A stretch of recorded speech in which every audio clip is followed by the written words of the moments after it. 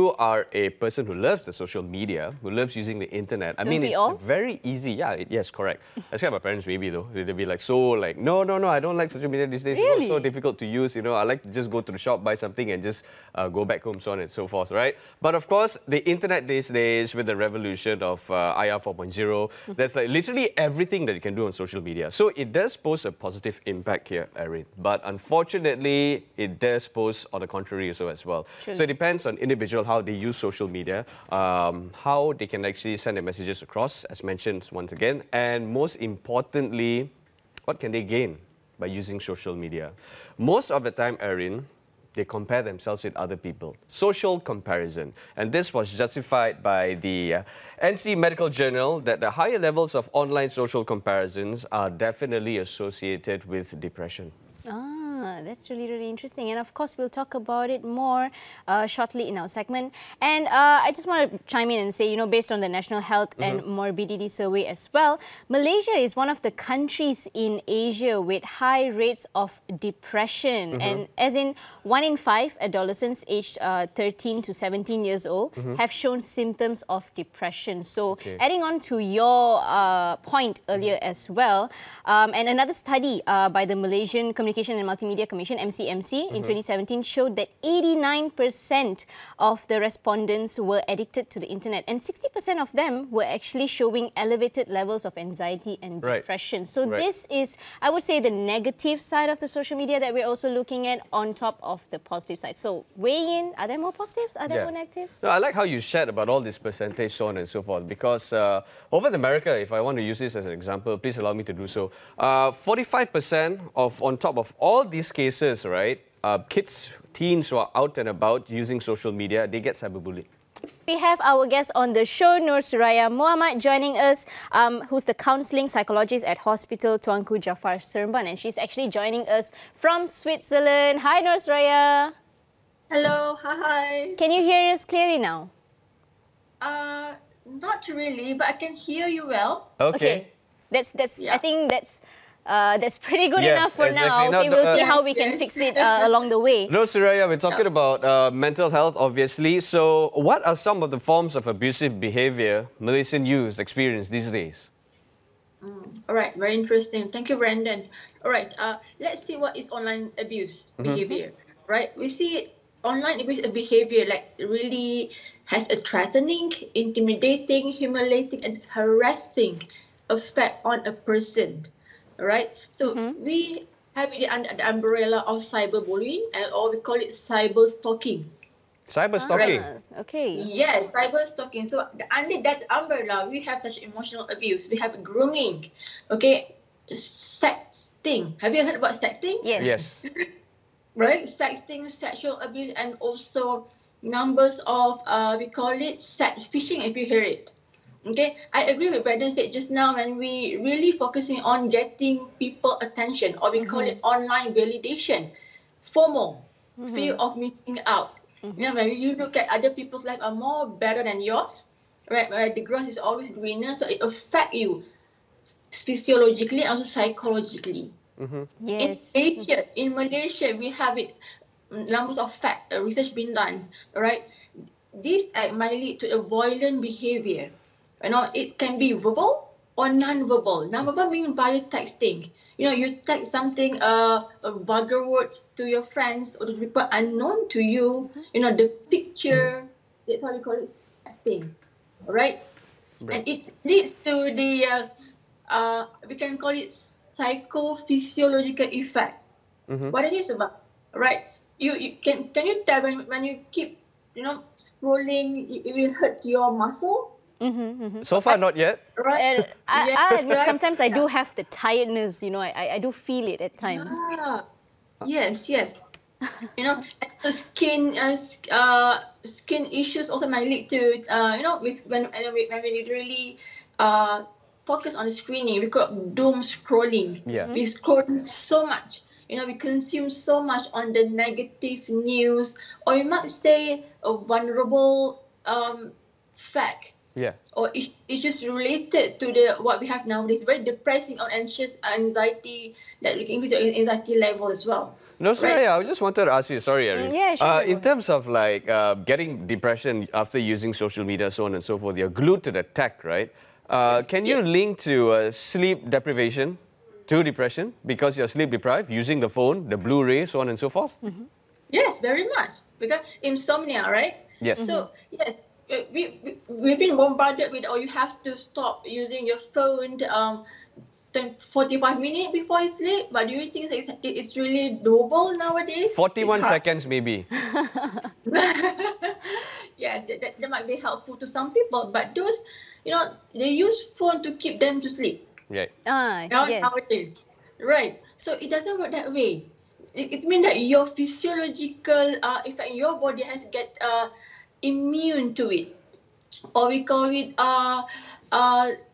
get used to it, or already get by with all the phone or screen or Blu-ray, which is not healthy. We might not see now, all right, but the later effect, especially when it's really affect your brainwave, how you think cognitively, all right. But if you so much on the social media, you think that your emotion not stable. You get anxious easily, you get emotion disturbance easily. Especially when you hear news or look at the news that really anxiety provoking news. Yes. Okay, your friend got a new phone, iPhone 14 for example.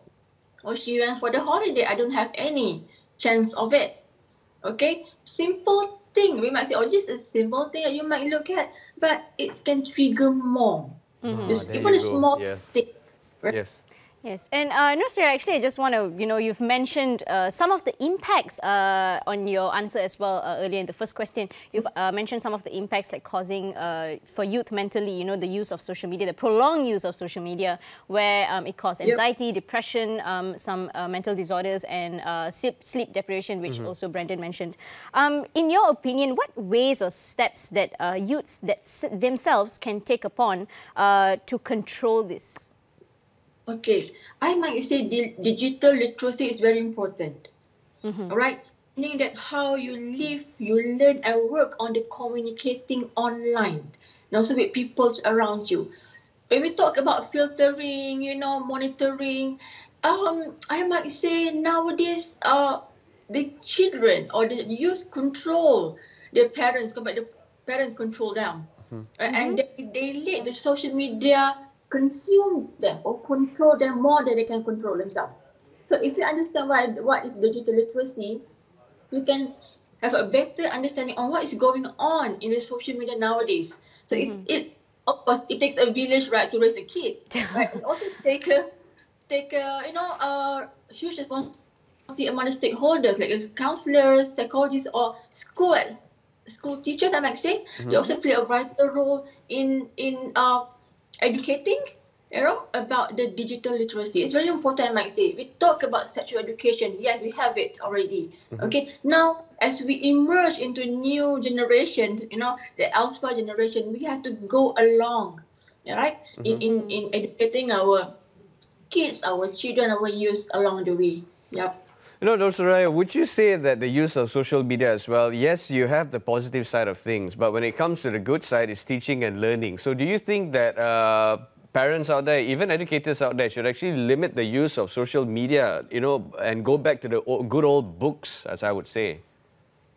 Okay, so as we go along I might say the new generations of technology, we can't say no or omit the importance of social media or digital access, right? It's just like how you control them, how you observing your children's on communicating with who, right? On what are they doing on social media? We have to, all right. So because nowadays, okay, I give pretty much an example. The cases that I've been handling almost every day at hospital setting, the parents didn't know what the children's doing with the phone. Right. Okay. Yes. Oh, I don't know much about the social media. Now we have like a lot, right? Tinder, what else? WeChat. They get more friends and people around. I might say stranger, right? From that platform. So I don't know what they are doing. I'm just like let them use the phone. I thought they're using for education. It might be like they be overshadowed, by the using phone is good for studying, learning, but it's more than that. It's Right. more than informations, and knowledge. Yeah. So, Noor, as a psychologist, you mentioned sometimes you have parents coming in and they don't know how what their children are doing on their phones. It's something that we can't go down to having CCTVs at homes to monitor them at all. That's something definitely impossible and something that is very disturbing to do. Yeah. But then again, to talk about this, do you have like the case that you shared earlier? Can you tell me how do you, as a consultant, as a psychologist, what advice would you give to them? I love this question, but usually parents are very defensive. Okay, they will say that you know nothing because you just see my daughter here at this very moment. We have to have a clear or wise idea on what's going on at home. All right, I might say, Irene, it's all communication between the parents. When there's no communication, all right, so there is no idea of what is going on. I always stress on the communication, attachment, and stress, and trust. As simple as communication. Always ask, when is the last time you talk to your kids? You're not saying, yes, right, be friends. I have no time. Maybe not all of them. I just give her the phone, and so communicating by your phone. Even you're staying at the same roof. Okay. There is no right or wrong in parenting. It's all about trial and error, right? It's all. So I might say it's come to the root cause, and the root cause is come from home. Yes, I agree. So you communicate well, you get a good attachment with your kid. Your kid will trust you. When they don't trust you, that's why they find another way, another people who to them like they can hear them, they can trust them better, even they are stranger to that extent. Because youth, when we say the range of their age 13 to 17, all right, psychologically or in child developmental phase, they are in of identity versus identity conflict. Right. They don't know what is right, what they really want, that's what matters. Okay? They don't even think of the consequences. I just want something to feel in myself emotionally. That's it. They don't get it home, so they will find another way.